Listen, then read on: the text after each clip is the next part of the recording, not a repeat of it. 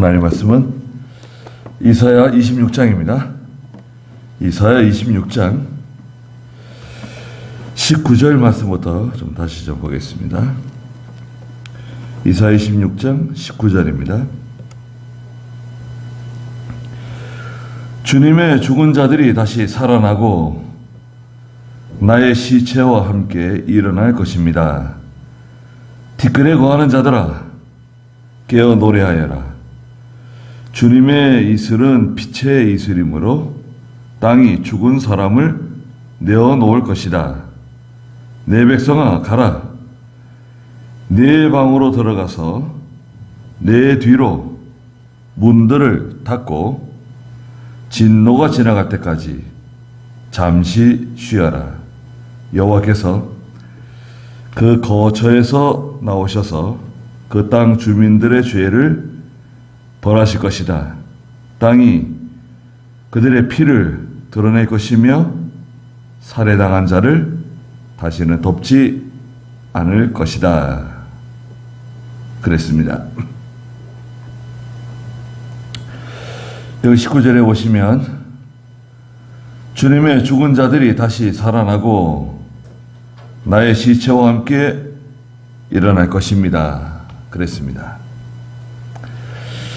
어제도 살펴본 것처럼 요한복음 5장 25절에 있는 말씀, 이 말씀들이 좀 중요한 말씀들인데요. 다시 한번 좀 읽어보시자고요. 요한복음 5장 25절 한번 읽어주시겠어요?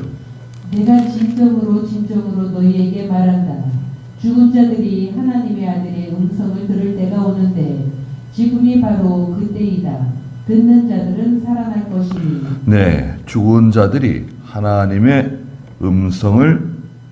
아들의 음성을 들을 때가 온다. 예. 죽은 자들은 누구냐? 죽은 자들의 정체. 죽은 자들은 영이 죽은 자들입니다. 영이 죽은 자들.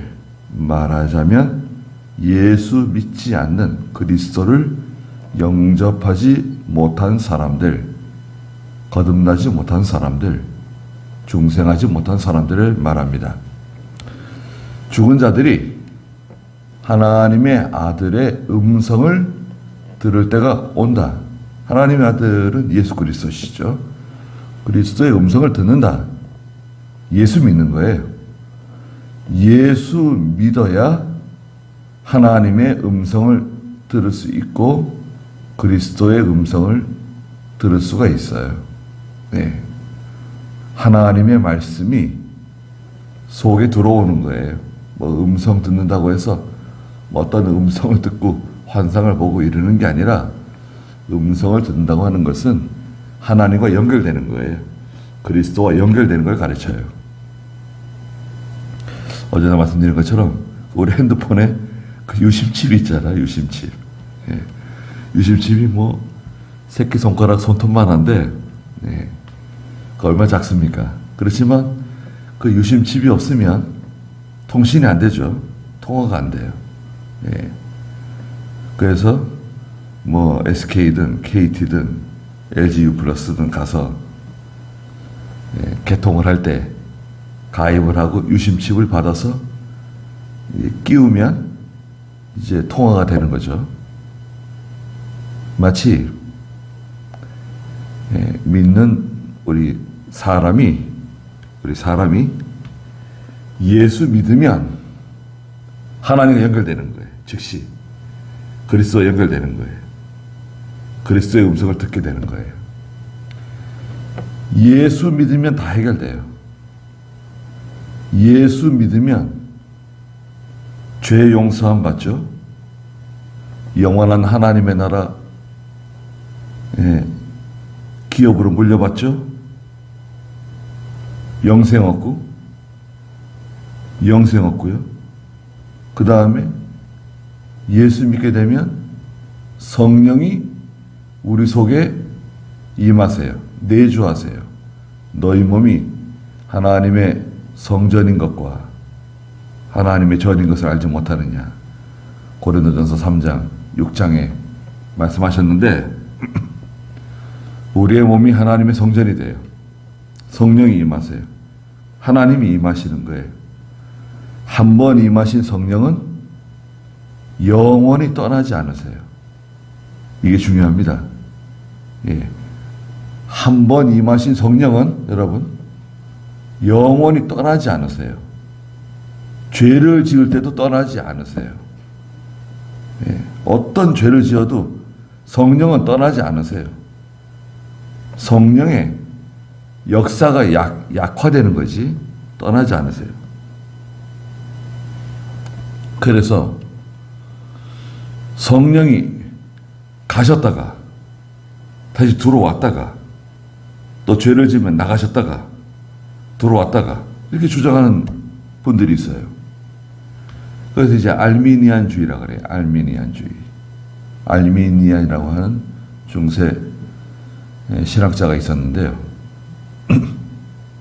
감독입니다. 알미니안.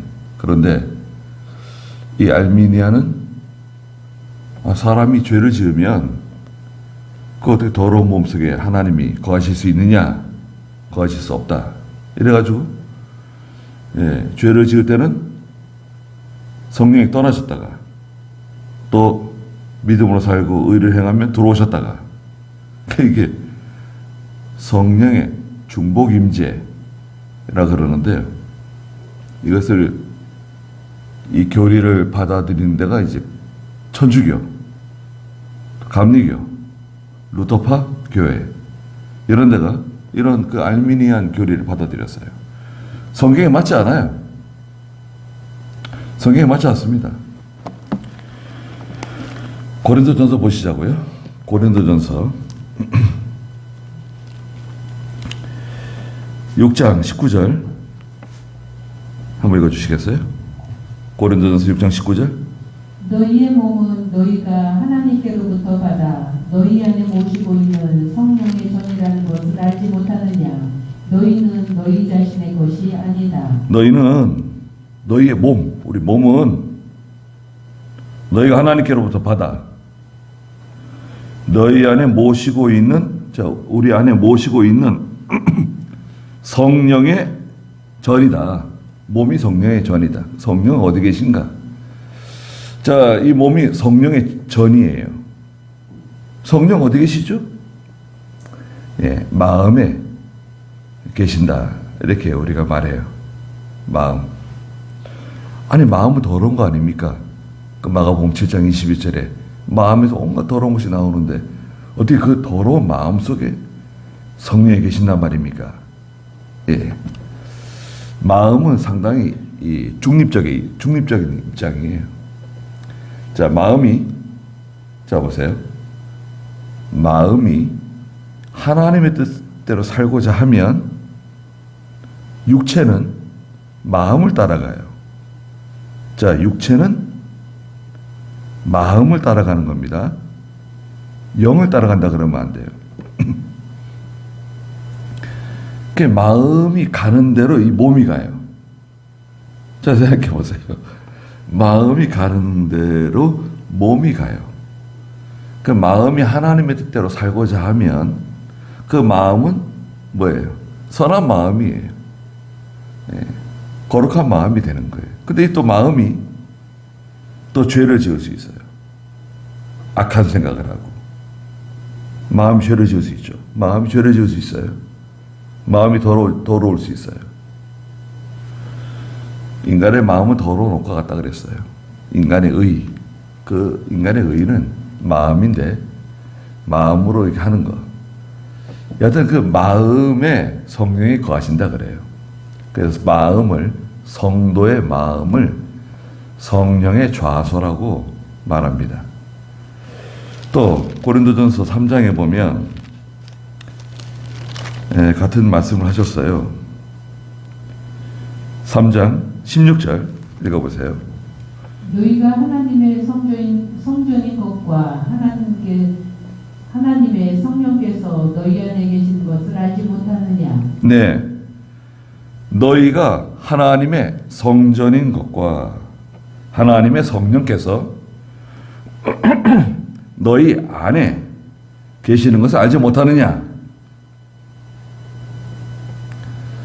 너희 몸은 성전이고 성령이 너희 안에 계신다는 거예요. 언제 들어오셨죠? 예수 믿을 때. 예수 믿는 순간 성령이 우리 안에 들어오신 거예요. 그리고 영원히 떠나지 않으세요. 성령이 떠난다는 말씀 없어요. 성령이 나갔다 들어왔다 나갔다 들어왔다 이런 거 없어요. 그래서 우리의 마음은 성령의 좌소. 한 번 임하신 성령은 영원히 떠나지 않으시는데 그 성령은 정체가 뭐냐? 구약의 성령인가? 아니면 예수님께서 말씀하신 보혜사 성령이신가? 어떤 성령이죠? 보혜사 성령이세요. 자, 우리 마음에 임하신 성령은 보혜사 성령이에요. 그리고 불세례. 예수 믿으면 불세례 받은 거예요. 성령 세례 받은 거예요. 예수 믿을 때 다 이루어지는 거예요. 성령이 우리 안에 거하시고 성령 세례 받고 불세례 받고 또 뭐 있나요? 다 받는 거예요. 성령 세례 어디 가서 따로 받고 어디 가서 또 불세례 따로 받고 그런 거 아니에요. 여기서 헷갈리게 되면 이제 이단 되는 거예요. 예. 뭐 이것은 저희가 또 따로 받고 저희 가서 뭐 불세례 또 따로 받고 그런 거 아닙니다. 예. 아, 그런데 그런 성령을 받았는데 왜 나는 이렇게 별 감동이 없는가? 왜 감동이 없죠? 그렇게 엄청난 성령을 받았는데 순종을 안 해서 그래요. 순종. 성령은 진리의 영이에요. 진리의 영. 하나님의 말씀을 붙잡고 순종하는 성도 속에 성령께서 능력 있게 강하게 역사하세요. 그리고 성령은 진리가 말하자면 땔감이에요. 진리가 속에 있어야 돼요. 진리가 연료예요. 진리를 가지고 성령께서 역사하세요. 진리가 약하면 어떻게 됩니까? 성령의 역사가 강하지 못해요. 말씀은 속에 없는데 열심은 대단해요. 야, 저분은 성령의 사람인가 봐. 저분은 성령 충만하신 분 같아. 아니에요. 그것은 인간의 열심, 인간의 그 감정적인, 인간의 사람이 감정적으로 감동을 받아가지고 할 수는 있어요. 성령은 반드시 하나님 말씀이 있어야 돼요. 진리가 속에 있어야 성령의 역사가 강하게 역사하는 거예요. 성령의 역사는 네 가지죠. 자, 성령의 역사는 네 가지다. 성령의 역사는 인도, 주장, 감화, 감동이에요. 자, 성령이 하시는 일은 네 가지다. 역사는 하시는 일이죠. 성령의 역사는 네 가지. 인도, 주장, 감화, 감동. 성령의 인도와 주장하심, 감화, 감동이 강하게 역사하시느냐, 약하게 역사하시느냐. 그 차이는 순종에 따라서 달라질 수 있어요. 죽은 자들이 다시 살아나고 나의 시체와 함께 일어날 것이다. 그랬습니다. 다시 그 요한복음 5장 좀 보시자고요. 요한복음 5장 28절, 29절 또 읽어주시겠어요? 이것을 이상하게 여기지 마라. 무덤 속에 있는 모든 이들이 그의 음성을 들을 때가 오는데 그때의 선한 일을 행한 자들은 생명의 부활로 악한 일을 행하는 자들은 심판의 부활로 나올 것이다. 예수님께서 하신 말씀이에요. 지금 예수님께서 하시는 말씀인데 이것을 이상하게 여기지 마라. 무덤 속에 있는 모든 이들이 그의 음성을 들을 때가 온다. 누구의 음성이에요? 장차 메시아 되시는 예수 그리스도께서 구름 타고 재림하세요. 음성을 들을 때가 오는데 선한 일을 행하는 자들은 생명의 부활로 일어나고, 예? 성도가 부활할 때 불신자도 같이 부활하나요? 아니, 부활 못해요. 여기에는 같이 기록하셨지만 악한 일을 행한 자들은 심판의 부활로 나온다. 부활이라고 하는 단어를 잘 쓰지 않지만 다시 살아나는 거예요. 부활은 다시 살아나서 영원히 죽지 않는 것을 말하죠. 그 불신자는 언제 다시 살려내죠? 심판받을 때. 천년왕국이 끝나고 나서 백보자 심판, 예수님께서 백보자 흰 보좌 위에 앉아서 심판하실 때 그때 살려내세요. 목적은 뭐냐? 죽은 자를 살려내는 목적은 심판해서 영원한 지옥으로 내려보내는 거예요. 아니, 이미 지옥 간 거 아닙니까? 그렇죠? 이미 지옥 갔어요. 자, 예수 믿자고 죽은 사람들 다 지옥 간 거예요. 뭐 구천을 떠돌아다니고 어디 뭐 황천을 떠돌아다니고 그런 거 없습니다. 해코지하고 누구 속에 들어왔다가 나갔다가 그런 거 아니에요. 귀신 코스프레 하는데 뭐 무당 점쟁이도 나와가지고 뭐 텔레비전에 나오고 뭐 유튜브에도 나오고 해가지고 뭐 이런저런 하는데 그건 다 가짜입니다. 그건 마귀 역사예요. 마귀가 하는 거예요, 마귀가. 죽은 사람의 혼령이 떠돌아다니면서 그런 게 어디 있어요?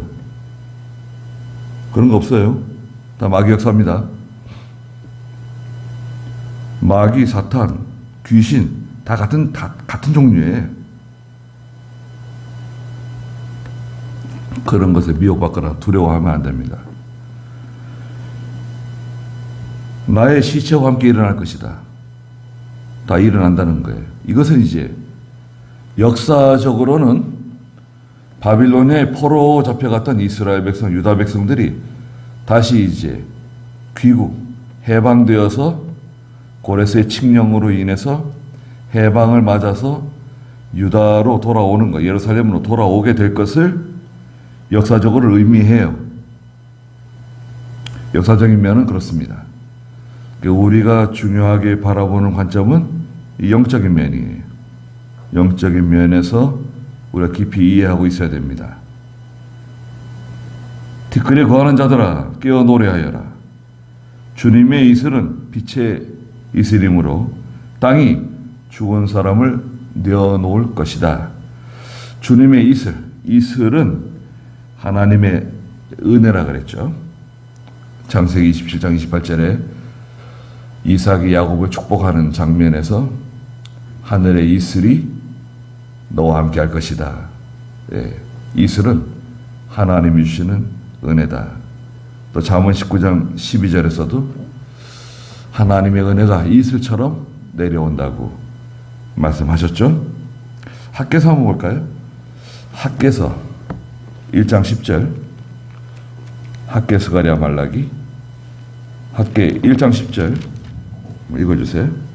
그러므로 너희로 말미암아 하늘은 이슬을 그쳤고 땅은 그 소출을 그쳤다. 하늘은 이슬을 그쳤다 해서 이 이슬은 실제로 날마다 내리는 그 이슬을 말하지만 또 이 이슬은 하나님의 은혜가 끊어졌다는 거죠. 하나님의 은혜가 더 이상 내려오지 않는다.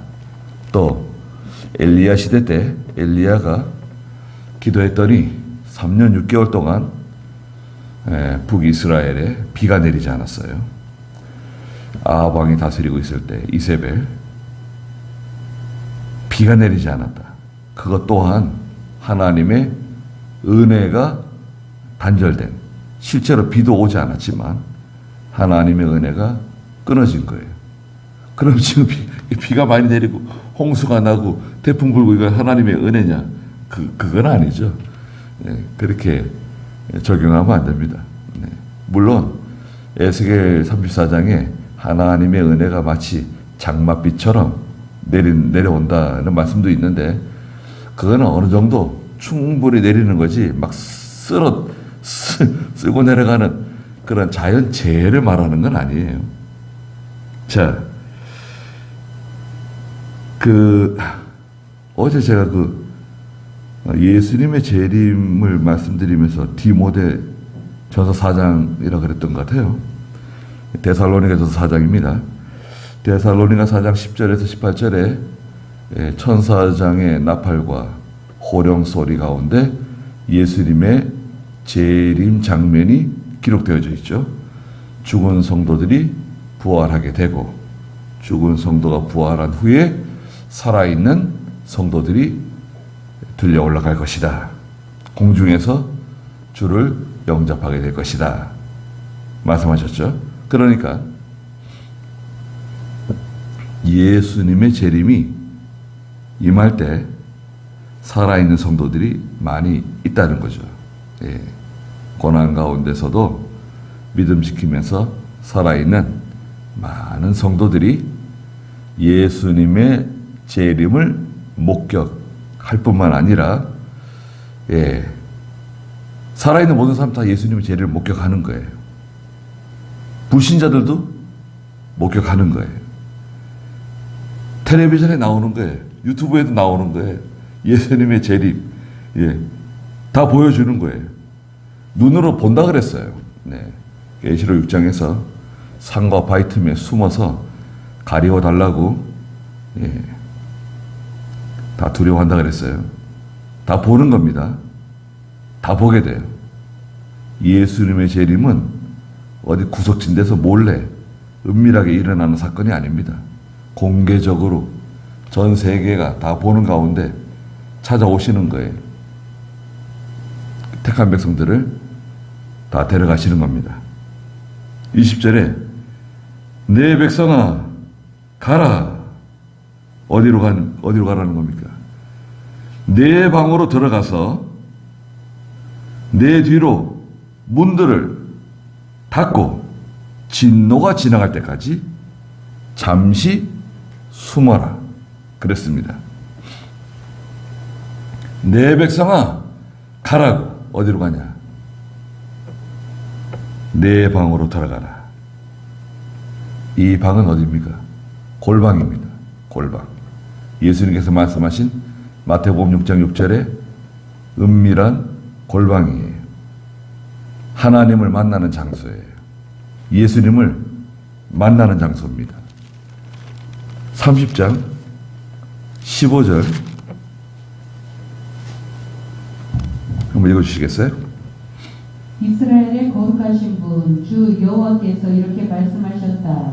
너희가 회개하고 조용히 있어야 구원을 받을 것이며 잠잠하고 신뢰하여야 힘을 얻을 것이나. 네.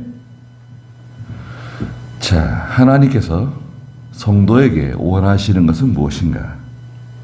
너희가 회개하고 조용히 있어야 구원을 받게 된다.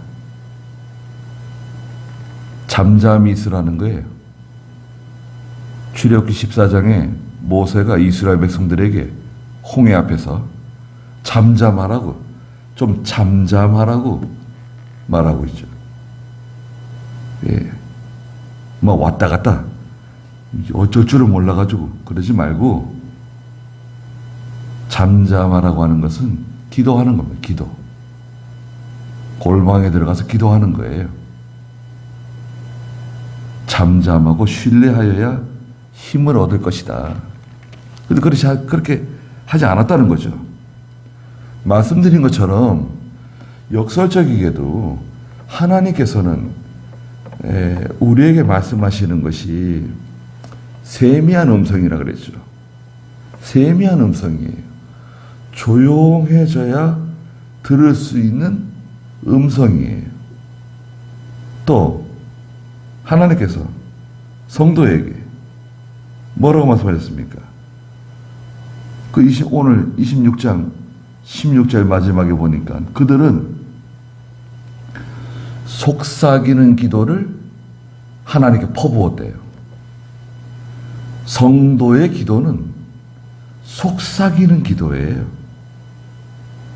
막 소리 질러가면서 막 그거 아니에요. 그런데 왜 교회는 성도들에게 막 소리 지르라 그러죠? 예. 새벽 예배 나와가지고 막 소리 지르고 뭐 주여 삼창하고 그래야지 속이 시원해지고 뭐 기도한 것처럼 하나님께 뭐 상달되는 기도를 한 것처럼 느껴지기 위해서 자기 만족이에요. 아니 하나님의 음성은 세미한 음성이고 성도가 하나님께 부르짖는 기도는 속삭이는 기도예요. 한나가 하나님의 전에 올라가서 기도합니다. 자기의 마음을 쏟아놓는 기도라 그랬어요. 거기 막 한나가 막 소리 질러요. 막 와 소리 지릅니까? 괴성을 질러요. 글쎄 혼자서 어디 뭐 산에 가서 기도하든지 어디 혼자서 기도할 때 소리 좀 내서 기도할 수도 있어요. 그런데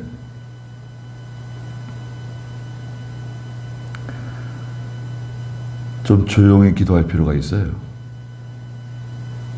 묵상기도, 묵상과 기도가 같이 가는 건데요.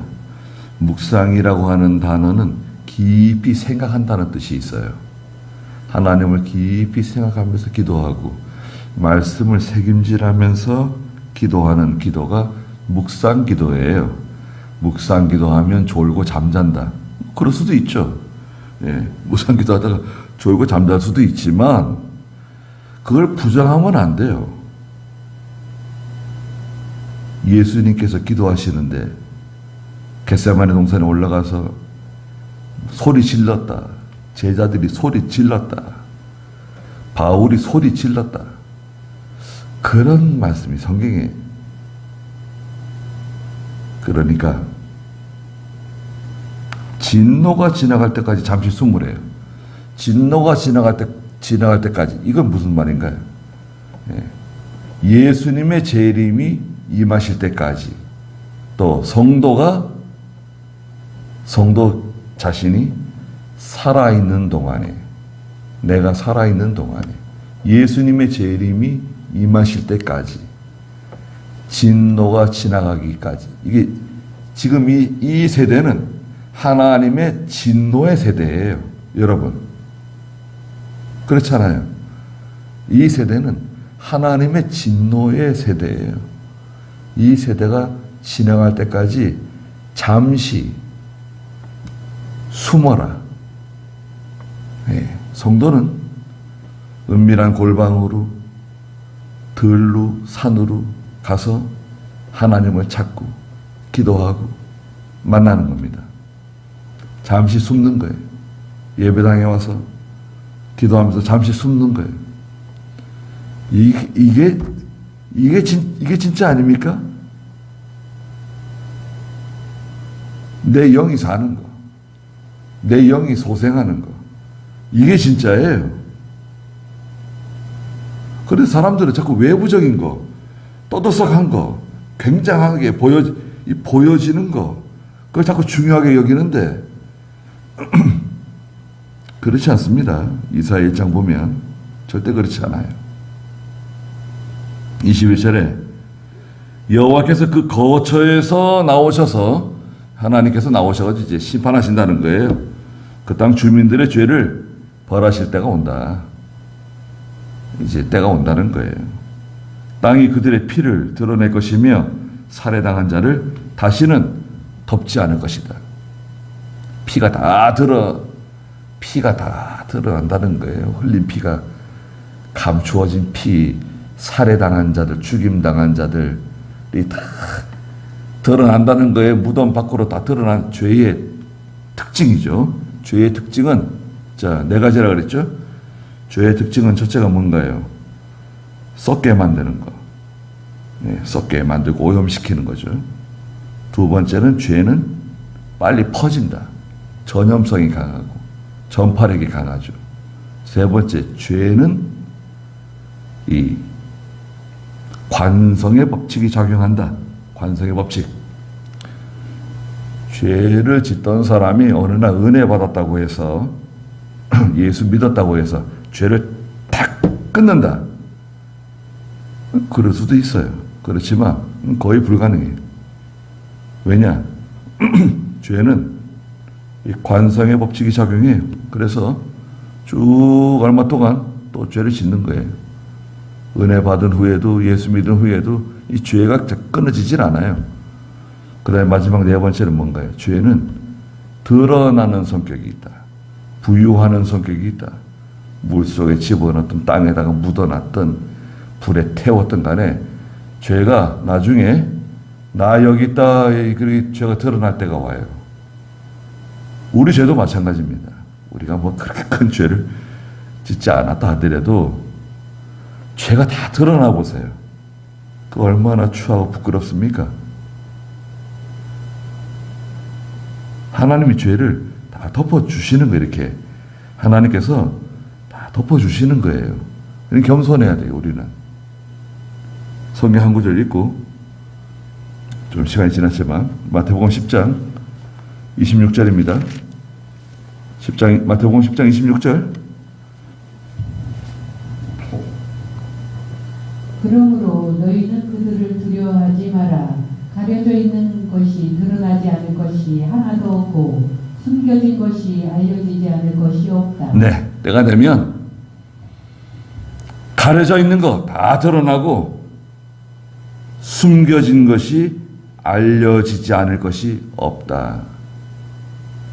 하나님이 예수님이 열쇠를 가지고 문을 열면, 뚜껑을 열면 판도라 상자처럼 다 쏟아져 나올 수 있어요.